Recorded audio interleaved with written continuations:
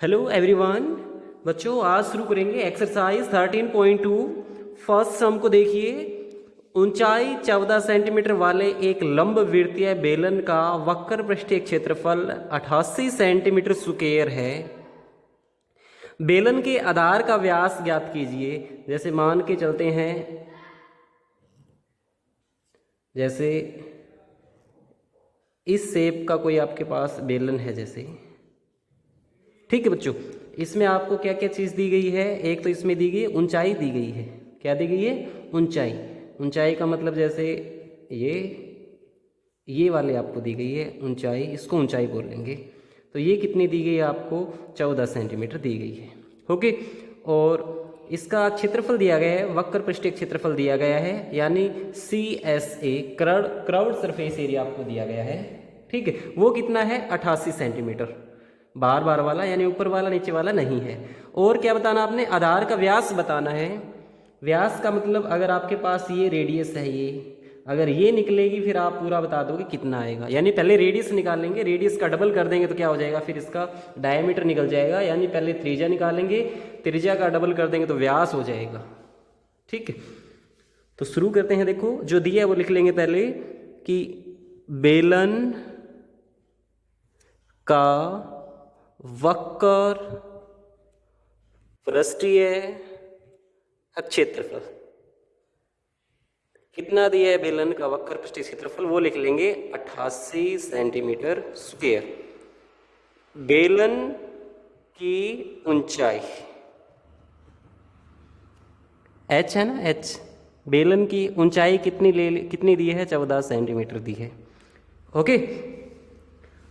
English वाले बच्चे लिख देंगे curved surface area of cylinder 88 centimetre square, height of cylinder 14 centimetre square. अब मानेंगे, माना बेलन की त्रिज्या, बेलन की त्रिज्या r से मानते हैं, पता आपको रेडियस, तो ये मान ली कितनी है हमारी? r सेंटीमीटर है। ओके। अब क्या करेंगे? बेलन की त्रिज्या मान ली तो बेलन का क्षेत्रफल क्या हो जाएगा? बेलन का वक्र पृष्ठीय क्षेत्रफल कितना होता है? वक्र कर्व्ड सरफेस एरिया तो कितना होता है? 2 पाई RH होता है। ओके, 2 पाई RH होगा।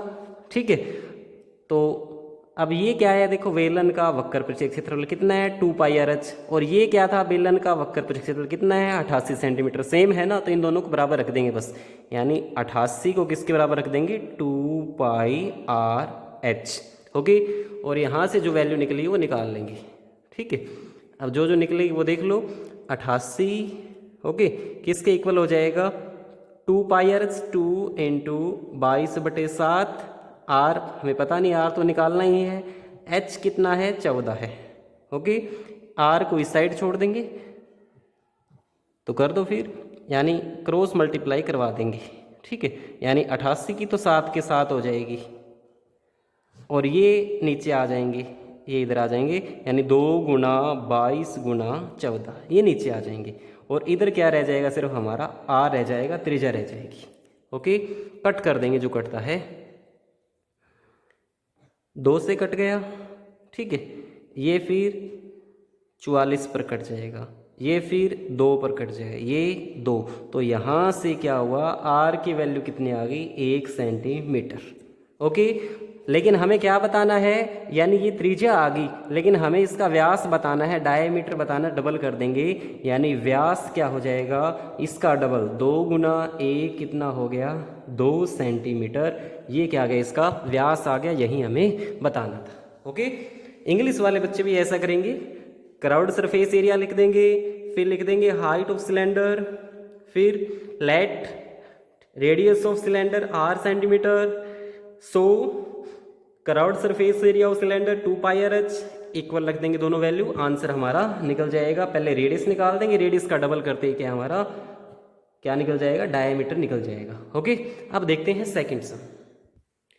इस सम के अंदर देखिए धातु की एक चादर से 1 मीटर ऊंची 140 सेंटीमीटर व्यास के आधार वाली एक बंद बेलनाकार टंकी बनाई जानी है। टैंक बनाना है, सिलेंडर की शेप का है, मेटल से बनाना है, धातु से बनाना है, 1 मीटर ऊंचा होगा और 140 सेंटीमीटर उसका व्यास होगा, डायमीटर होगा। इस कार्य के लिए कितने वर्ग मीटर चादर की आवश्यकता होगी? एक तो इसमें चीज देखो क्या बोली है, बंद बेलनाकार, यानी दोनों तरफ से बंद करनी है और दोनों तरफ से बंद करनी है तो इसका मतलब क्या है, यहां से बंद यहां से बंद करने का मतलब इसका क्या निकालना पड़ेगा, टोटल सरफेस एरिया। ठीक है, संपूर्ण पृष्ठीय क्षेत्रफल इसका निकालना पड़ेगा। दोनों चीज आपके पास है, बिल्कुल इजी है, लिख लेंगे क्या है। ठीक है, बेलनाकार टंकी की ऊंचाई कितनी दी है, बेलनाकार टंकी की हाइट कितनी दी है, सिलेंडर टैंक की 1 मीटर है, वो लिख दिया। फिर लिखेंगे बेलनाकार टंकी की त्रिज्या का मतलब हमें व्यास दिया है 140 सेंटीमीटर, इसका हाफ करना पड़ेगा तो कितना आ जाएगा, 70 सेंटीमीटर आ जाएगा। और इसके मीटर बनाने पड़ेंगे क्योंकि ये मीटर दिया है तो इसका मीटर बना देंगे तो 0.7 मीटर हो जाएगा। ओके, क्योंकि 100 से डिवाइड करना पड़ेगा, सीधी सी बात है। अब कुछ नहीं है, आपने ये बताना है कि इसके लिए कितने चादर की आवश्यकता है, यानी इसको बनाने में कितनी आपकी चादर लगेगी, कितनी मेटल लगने वाली है। बिल्कुल ईजी है, निकाल देंगे। ठीक है, क्या निकालना पड़ेगा, इसका संपूर्ण पृष्ठीय क्षेत्रफल। ठीक है, लिखेंगे बेलनाकार टंकी का संपूर्ण पृष्ठीय क्षेत्रफल, संपूर्ण पृष्ठीय क्षेत्रफल। ठीक है, total surface area of cylinder tank कितना होगा, 2 पाई आर और अंदर होता है r प्लस एच। ओके, कर दो बस, 2 इंटू पाई की वैल्यू 22/7 होती है, r कितना दिया है, r 0.7 मीटर दिया है।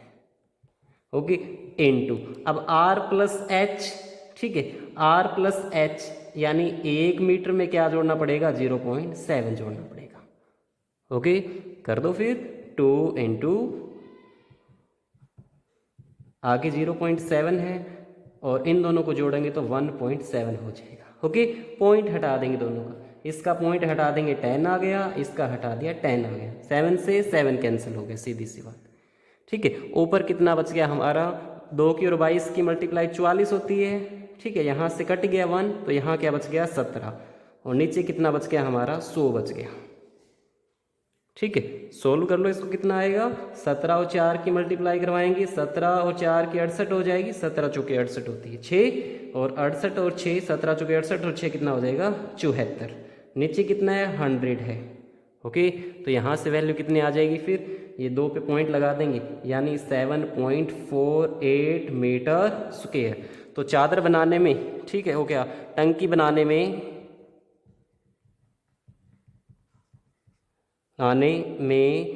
लगी कुल चादर कितनी होगी, ये होगी 7.48 मीटर स्क्वायर। ओके बच्चों, और इंग्लिश वाले बच्चे क्या लिख देंगे, metal sheet required to make the cylinder tank, metal sheet required to make the close या फिर सिलेंडर टैंक कितना हो जाएगा, ये इसका आंसर हो जाएगा। 2 ही सम करेंगे। Have a nice day, thank you बच्चों।